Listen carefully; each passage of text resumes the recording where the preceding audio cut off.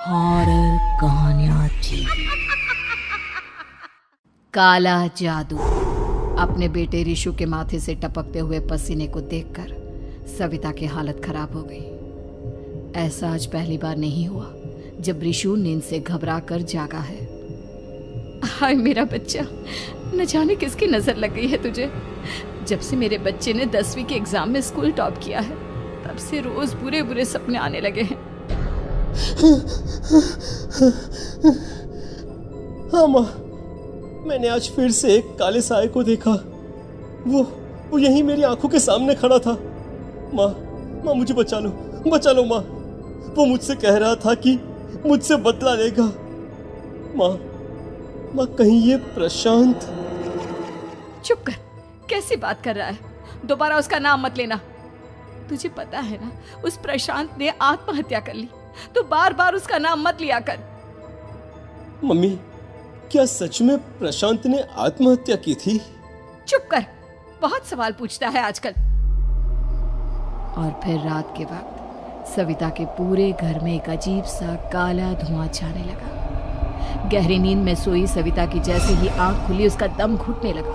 वो दौड़कर रिशु के रूम की तरफ गई जहां उसके दरवाजे पर घूमती एक काली परछाई देख वो बुरी तरह से घबरा गई। कौन है वहाँ? कौन है? सामने आओ।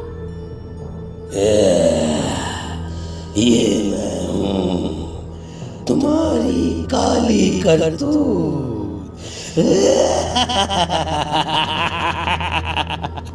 और अब मैं तुम्हारे बेटे को ले जाने आया हूँ। नहीं, मेरे बच्चे को छोड़ दो प्लीज। मेरे रिशु को कुछ मत करना। वो परछाई रिशु के कमरे में घुस जाती है। सविता भी उसके पीछे पीछे दौड़कर जाती है और देखती है कि अब वो साया साफ नजर आ रहा था। वो सर से पैर तक खून में सना हुआ था और उसके शरीर के सारे अंग कटे फटे हैं। क्या चाहिए तुम्हें? तुम जो बोलोगे मैं करूंगी, लेकिन मेरे रिशु को छोड़ दो। उस परछाई ने रिशु को गर्दन से पकड़कर दीवार के सहारे हवा में उछाल दिया। रिशु जोर जोर से चिल्लाने लगा। माँ बचाओ मुझे, बचा लो माँ। ये मुझे मार डालेगा। माँ मुझे बचा लो माँ। नहीं ऐसा मत करो। मुझे मार दो लेकिन मेरे बच्चे को छोड़ दो। मैं तुम्हारे आगे हाथ जोड़ती हूँ। वो परछाई रिशु को जमीन पर गिरा देती है और अचानक वहां से गायब हो जाती है। रिशु, मेरा बच्चा, तू ठीक तो है ना? कुछ बोल बेटा, क्या हुआ है तुझे? मैं ठीक हूँ माँ। क्या हुआ था यहाँ पर? कुछ नहीं बेटा, कुछ नहीं। तू परेशान मत हो। हम कल ही गांव के बाहर जो तांत्रिक महाराज रहते हैं उनके पास चलेंगे। ठीक है माँ, हम जल्द ही उनके पास चलेंगे। मुझे बहुत डर लग रहा है माँ। ये बार बार मुझे डरावने सपने आना, ये सब हमारे साथ क्यों हो रहा है माँ? अगले दिन सविता अपने बेटे रिशु को लेकर गांव के बाहर तांत्रिक के पास जाती है। जिस जगह पर तांत्रिक रहा करता था वो जगह बहुत डरावनी थी। चारों तरफ कंकाल और खूब भूतियां नजर आ रही थी। गांव से दूर वीराने में उस जगह पर जोर से आंधी चल रही थी। रिशु ने डर कर अपनी माँ का हाथ पकड़ लिया। माँ मुझे बहुत डर लग रहा है। ये कैसी जगह है? देख बेटा, हमारे साथ जो कुछ भी हो रहा है उसका इलाज सिर्फ और सिर्फ ये तांत्रिक महाराज ही बता सकते हैं। अब यही है जो हमें प्रॉब्लम से बाहर निकाल सकते हैं।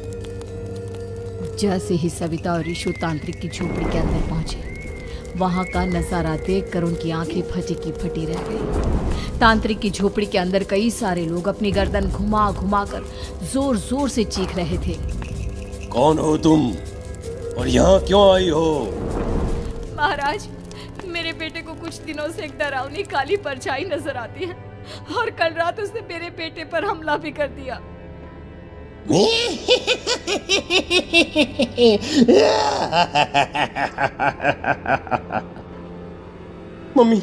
मम्मी हमें यहाँ से चलना चाहिए। ये जगह मुझे ठीक नहीं लगती। नहीं बेटा, ऐसा नहीं कहते। रुक जाओ, 2 मिनट के लिए रुक जाओ। क्या कहा? काली परछाई? तुम्हारे बेटे पर किसी काली परछाई ने हमला किया? हाँ महाराज, वो कह रही थी कि वो मेरे बेटे को कुछ कर देगी। कोई उपाय बताइए महाराज। मेरे बेटे के साथ कुछ गलत नहीं होना चाहिए। तुमने किसी दूसरे के साथ गलत किया है तो तुम्हारे साथ भी गलत होकर ही रहेगा। तुमने किसी की जान ली है, किसी को मार डाला है तुमने। नहीं महाराज, मैंने ऐसा कुछ नहीं किया। मैंने किसी की जान नहीं ली। मुझे कोई उपाय बताइए। लगता है तुम इतनी आसानी से नहीं मानोगी। मैं तुम्हें अभी उस काली परछाई से मिलवा देता हूँ और वही सारा सच तुम्हारे सामने लेकर आएगा। सविता और ऋषु ने डर के मारे अपनी आंखें बंद कर ली। तभी अचानक तांत्रिक की झोपड़ी में अजीबोगरीब आवाजें गूंजने लगी। सविता और ऋषु बुरी तरह से कांप रहे थे। आंखें खोलो और अपने सामने देखो। क्या यही है वो जिससे तुम कल रात को मिली थी? बताओ मुझे। हाँ, इसने कल रात मेरे बेटे के ऊपर हमला किया था। ये उसी लड़के की भटकती हुई आत्मा है जिसे कुछ दिन पहले तुमने मार डाला था। मम्मी ये महाराज क्या कह रहे हैं? क्या सच में आपने किसी की जान ली है, किसी को मार डाला है? अगर हाँ तो बताइए ना मम्मी, किसको मारा है आपने? किसको? तुम्हारी माँ इतनी आसानी से सच नहीं बताएगी बेटा। इसने एक बच्चे की जान ली है। कहीं उसका नाम प्रशांत तो नहीं महाराज? वो मेरा दोस्त है, मेरा मतलब मेरा पड़ोसी है। सही पहचाना।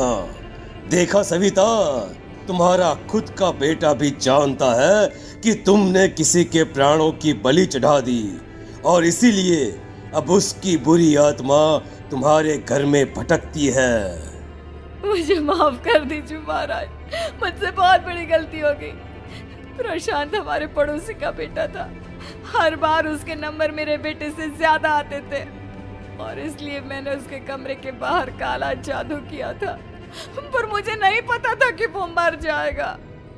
तुम्हारे उसी काले जादू वाली गुड़िया के अंदर एक बुरी आत्मा थी जिसने उस बच्चे के दिमाग पर बुरा असर कर दिया और उसी की वजह से उस लड़के ने अपनी बालकनी से कूदकर आत्महत्या कर ली। इसकी वजह सिर्फ और सिर्फ तुम हो, तुम। नहीं महाराज, जो कुछ भी हुआ मुझे नहीं पता था कि प्रशांत अपनी जान दे देगा। प्रशांत की आत्मा इस वक्त तुम्हारे सामने खड़ी है, हमसे बात करना चाहती है। बोलो क्या कहना चाहते हो? मैं जीना चाहता था, बड़ा होकर कुछ बनना चाहता था। आपके बेटे से मुझे कोई परेशानी नहीं थी। अरे वो तो मेरा अच्छा दोस्त था। मुझे माफ कर दो बेटा, मुझसे बहुत बड़ी गलती हो गई, मुझे माफ कर दो। माफ करने से मुझे वापस जिंदगी नहीं मिल जाएगी। मेरे माँ बाप आज भी मेरे लिए रोते हैं। आपने मेरे साथ बहुत गलत किया है, बहुत गलत। और तभी अचानक प्रशांत की आत्मा वहां से गायब हो जाती है। सविता जोर जोर से रोने लगती है। सुन लिया तुमने?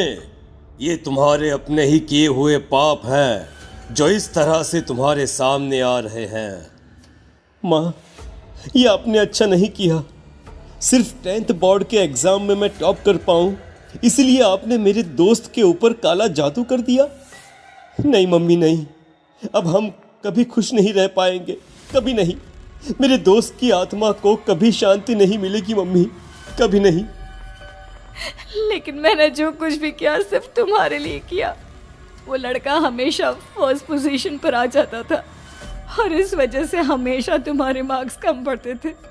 मैंने तो सिर्फ उस पर एक छोटा सा काला जादू किया था बेटा। मुझे क्या पता था कि उसका ये नतीजा निकलेगा। जिस गुड़िया को तुमने उस लड़के के कमरे के दरवाजे पर लगाया था, दरअसल उसके अंदर एक बुरी आत्मा का प्रवेश हो गया था, जैसा कि अक्सर काला जादू करते समय हो जाता है। मुझे अपनी गलती का एहसास हो गया है। मैं प्रायश्चित करना चाहती हूँ। आप बताइए मैं क्या करूँ? प्रशांत के घर जाकर उस काली गुड़िया को वहां से निकालकर यहाँ लेकर आओ। मैं उसे आग में जलाकर राख कर दूंगा और उसके बाद प्रशांत की आत्मा को हमेशा के लिए मुक्ति मिल जाएगी। अगली रात सविता चुपचाप अपने पड़ोसी प्रशांत के घर जाती है। प्रशांत के माँ बाप प्रशांत की मौत के बाद उस घर को छोड़कर हमेशा के लिए वहां से चले गए थे। जैसे ही सविता उस घर के अंदर कदम रखती है, उसका सामना अजीबोगरीब हैवानियत से भरी आवाजों से होने लगता है। ऐसा लग रहा था जैसे कोई बुरी तरह से चीख रहा हो। सविता जैसे ही प्रशांत के कमरे के बाहर पहुंचती है, वहां पर लटकी हुई गुड़िया के शरीर से खून टपकने लगता है। ये क्या हो रहा है? इस गुड़िया के शरीर से खून क्यों टपक रहा है? सविता हिम्मत करते हुए उस गुड़िया को वहां से उतारने की कोशिश करती है, लेकिन तभी अचानक से बहुत भयानक दिखने वाली औरत उसकी आंखों के सामने आकर खड़ी हो जाती है। मैं यहाँ से कहीं नहीं जाऊंगी, और अगर तूने मुझे यहाँ से हटाने की कोशिश की तो मार डालूंगी मैं तुझे। नहीं नहीं, मुझे तुम्हें यहाँ से ले जाना ही होगा, नहीं तो मेरा बेटा, उसकी जान को खतरा है। मैं तुम्हें नहीं छोड़ सकती। अगर तुम्हारे अंदर हिम्मत है तो मुझे इस घर से बाहर ले जाकर दिखाओ। और ऐसा कहकर वो औरत सविता के ऊपर हमला कर देती है और उसे हवा में उछाल उछाल कर जमीन पर पटकती है। लेकिन तभी अचानक मौका देखकर सविता अपने हाथ में ली हुई सुई उसके हाथ में चुभो देती है। हाथ में सुई लगते ही वो औरत जमीन पर तड़पने लगती है। ये क्या किया तूने? ये क्या कर दिया? तुझे ऐसा नहीं करना चाहिए था। तांत्रिक ने मुझे कहा था कि तुझसे जीतने का सिर्फ यही एक तरीका है जिससे मैं अपने पापों का प्रायश्चित कर सकती हूँ और अपने बेटे की जान बचा सकती हूँ। और उसके बाद वो डरावनी दिखने वाली औरत एक छोटी सी जादुई गुड़िया में तब्दील हो गई और सविता ने उसे ले जाकर तांत्रिक को दे दिया। तांत्रिक ने जादुई गुड़िया को आग के हवाले कर दिया।